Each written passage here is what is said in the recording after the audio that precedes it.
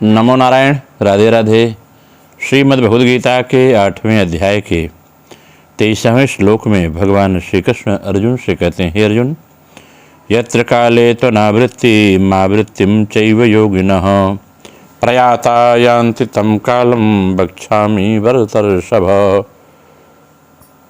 उसका अर्थ यह है, अर्जुन कहते हैं, भगवान कहते हैं अर्जुन से कि हे भरतवंशियों में श्रेष्ठ अर्जुन, जिस काल अथवा मार्ग में शरीर छोड़कर गए हुए योगी अनावृत्ति को प्राप्त होते हैं, अर्थात पीछे लौटकर नहीं आते, और जिस मार्ग में गए हुए आवृत्ति को प्राप्त होते हैं, अर्थात उनका पुनर्जन्म होता है, जो पीछे लौटकर आते हैं, उस काल को अर्थात दोनों मार्गों को मैं आपसे कहूँगा।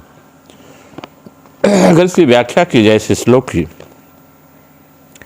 तो यह बात समझ में आती है कि जीवित अवस्था में ही बंधन से छूटने को सद्यो मुक्ति कहते हैं। अर्थात जिनको यहाँ ही भगवत प्राप्ति हो गई, भगवान में अनन्य भक्ति हो गई, अनन्य प्रेम हो गया, वे यहाँ ही परम संसिद्धि को प्राप्त हो जाते हैं।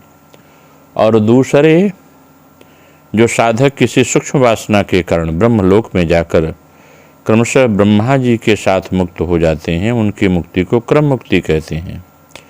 जो केवल सुख भोगने के लिए ब्रह्मलोक आदि लोकों में जाते हैं फिर लौट कर आते हैं, इसको पुनरावृत्ति कहते हैं। सद्यो मुक्ति का वर्णन तो 15वें श्लोक में हो गया है, पर क्रम मुक्ति और पुनरावृत्ति का वर्णन करना बाकी रह गया है। अब इन दोनों का वर्णन करने के लिए भगवान आगे के प्रकरण आरंभ करते हैं। कहते हैं कि यत्र काले त्वनावृत्ति मावृत्ति बक्षामि भरतर्षभ। पीछे छूटे हुए विषय का लक्ष्य कराने के लिए भगवान कहते हैं कि ऊर्ध्व गति वाले को कालाभिमानी देवता जिस मार्ग से ले जाता है, उस मार्ग का वाचक यहाँ काल शब्द लेना है। अनावृत्ति मावृत्तिम कहने का तात्पर्य है कि अनावृत्त ज्ञान वाले पुरुष ही अनावृत्ति में जाते हैं, और आवृत्त ज्ञान वाले पुरुष ही आवृत्ति में जाते हैं। जो सांसारिक पदार्थों और भोगों से विमुख होकर परमात्मा के सम्मुख हो गए हैं, ऐसे लोग अनावृत्त ज्ञान वाले हैं। अर्थात उनका ज्ञान विवेक ढका हुआ नहीं है, बल्कि जागृत है, इसलिए वे अनावृत्ति के मार्ग में जाते हैं, जहाँ से फिर लौटना नहीं पड़ता। निष्काम भाव होने से उनके मार्ग में प्रकाश अर्थात विवेक की मुख्यता रहती है। सांसारिक पदार्थों और भोगों में आसक्ति, कामना और ममता रखने वाले जो पुरुष अपने स्वरूप से तथा परमात्मा से विमुख हो गए हैं, वे आवृत्त ज्ञान वाले हैं। अर्थात उनका ज्ञान विवेक ढका हुआ, इसलिए वे आवृत्ति मार्ग में जाते हैं, और जहाँ से फिर लौटकर जन्म मरण के चक्र में आना पड़ता है। सकाम भाव होने से उनके मार्ग में अंधकार अर्थात अविवेक की मुख्यता रहती है। जिनका परमात्मा प्राप्ति का उद्देश्य है, पर भीतर से आंशिक वासना रहने से जो अंत काल में विचलित मना होकर पुण्यकारी लोगों भोग भूमियों को प्राप्त करके फिर वहाँ से लौट कर आते हैं, ऐसे योग भ्रष्टों को भी आवृत्ति वालों के मार्ग के अंतर्गत लेने के लिए कहा गया है। कहते हैं जो परिवर्तनशील प्रकृति के साथ संबंध रखता है, उसको पीछे लौटकर आना पड़ता है, परंतु जो परिवर्तनशील प्रकृति के साथ संबंध नहीं रखता है, उसको पीछे लौटकर नहीं आता है। अगर इस 23वें श्लोक की हम क्रिया योग के माध्यम से व्याख्या करें तो बात क्रमशः स्पष्ट हो जाती है। जो आध्यात्मिक व्याख्या है, जिसे पूज्य गुरुदेव भगवान की प्रेरणा से लाड़ी महाशय ने कहा है, उसकी चर्चा हम कहते हैं। कहते हैं योग बल से मर सकने की शक्ति यदि प्राप्त न हो तो कोई बाह्य उत्तरायण काल में मरने पर भी मुक्ति नहीं प्राप्त कर सकता। जो लोग ज्ञानी है तथा सर्वदा क्रिया की परावस्था में अवस्थित हैं, उनके प्राणों की उत्क्रांति का श्रुति में निषेध पाया जाता है। न तस्य प्राणा उत्क्रामन्ते, उनके प्राणों का उत्क्रमण नहीं होता, क्योंकि क्रिया की परावस्था में शरीरस्थ इंद्रियां और जीवात्मा सब परमात्मा में लीन हो जाते हैं। मन जब चिन्मात्र में स्थित प्राप्त करता है तो शरीर भी ब्रह्ममय हो जाता है। तब इंद्रियों का भी पृथक कोई कार्य नहीं रहता, वे भी ब्रह्मलीन हो जाती हैं। इंद्रियादि के अभाव के विषय का भी अभाव हो जाता है।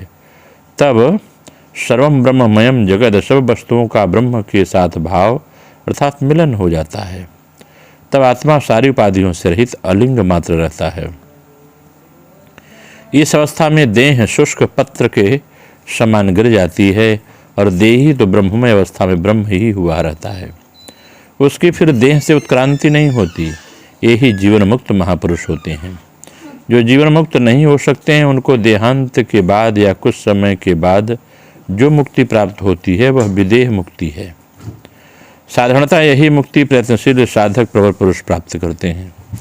शास्त्र में इनको क्रम मुक्ति कहते हैं। इनके विषय में अगले श्लोक में भगवान चर्चा करेंगे। जीवन मुक्ति लाखों सिद्ध साधकों में कदाचित किसी को प्राप्त होती है। वह जैसे असाधारण पुरुष होते हैं उसी प्रकार की असाधारण मुक्ति भी उनको प्राप्त होती है। विदेह मुक्ति देह रहते भी साधकों को सामयिक रूप से होती है, परंतु उस अवस्था में उनकी स्थिति सर्वदा न रहने के कारण उनको मुक्त नहीं मान सकते। जीवन मुक्त का आत्मा देह रहते ही स्वरूप में स्थित हो जाता है। ब्रह्म सूत्र में लिखा है कि अविभागेन दृष्टत्वात् उस अवस्था में जीव का आत्मा के साथ अविभाग अर्थात अभेद भाव मुक्तात्मा को सब प्रकार से बंधनों से मुक्त कर देता है। और जब बंधन से मुक्त होना सारे पदार्थों में ब्रह्म का दर्शन होता है। यहाँ भाव जगता है अहम ब्रह्मास्मि, इस प्रकार का अनुभव होता है। पश्चात वह अनुभव ही नहीं रहता। तब चिदाभास के साथ चिन्ह मात्र और चिन्ह मात्र के साथ पुरुषोत्तम का चिर सम्मिलन हो जाता है। परंतु इस सम्मिलन के पहले उसका ईश्वर भाव होता है। श्रुतियों ने कहा कि वह स्वराट हो जाते हैं। सब लोगों में इच्छा मात्र से ही उनकी गति होती है। संकल्प मात्र से पितृगण उनके सामने उपस्थित होते हैं। सारे देवता उनका बलि आहरण करते हैं। आग्नोक्ति स्वराज्यम तेषाम सर्वेषु लोकेषु कामचारो भवति।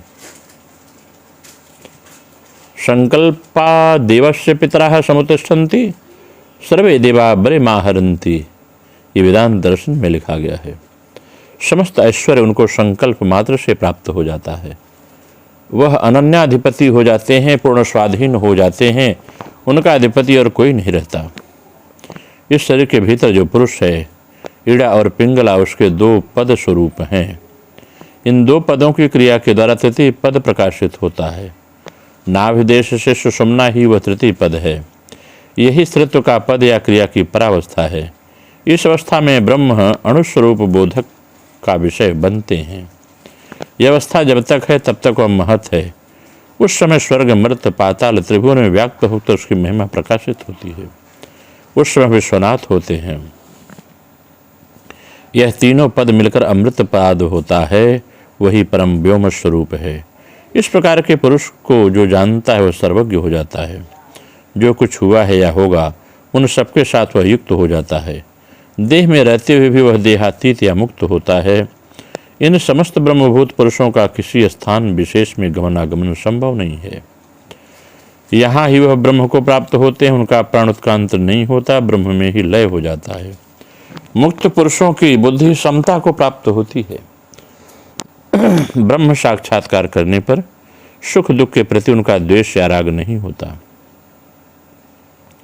यदि उनके प्रारंभ कर्म फलोन्मुख होकर उनके लिए सुखकर या दुखप्रद हो तो भी उनका गतिरोध करने में उनकी स्पृहा नहीं होती।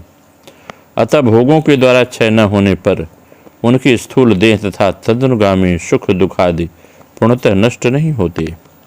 देहांत होने पर उनके पहले ही वे स्वराट हो जाते हैं। अतएव उनमें व्यक्तित्व का लोप नहीं होता। व्यक्तित्व न रहने पर स्वराट कौन होगा?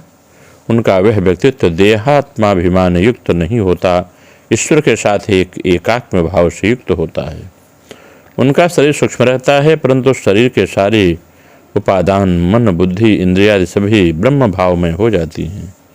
वे इच्छा करने पर बहुत दिन तक इस देह में को रख सकते हैं, नहीं भी रख सकते।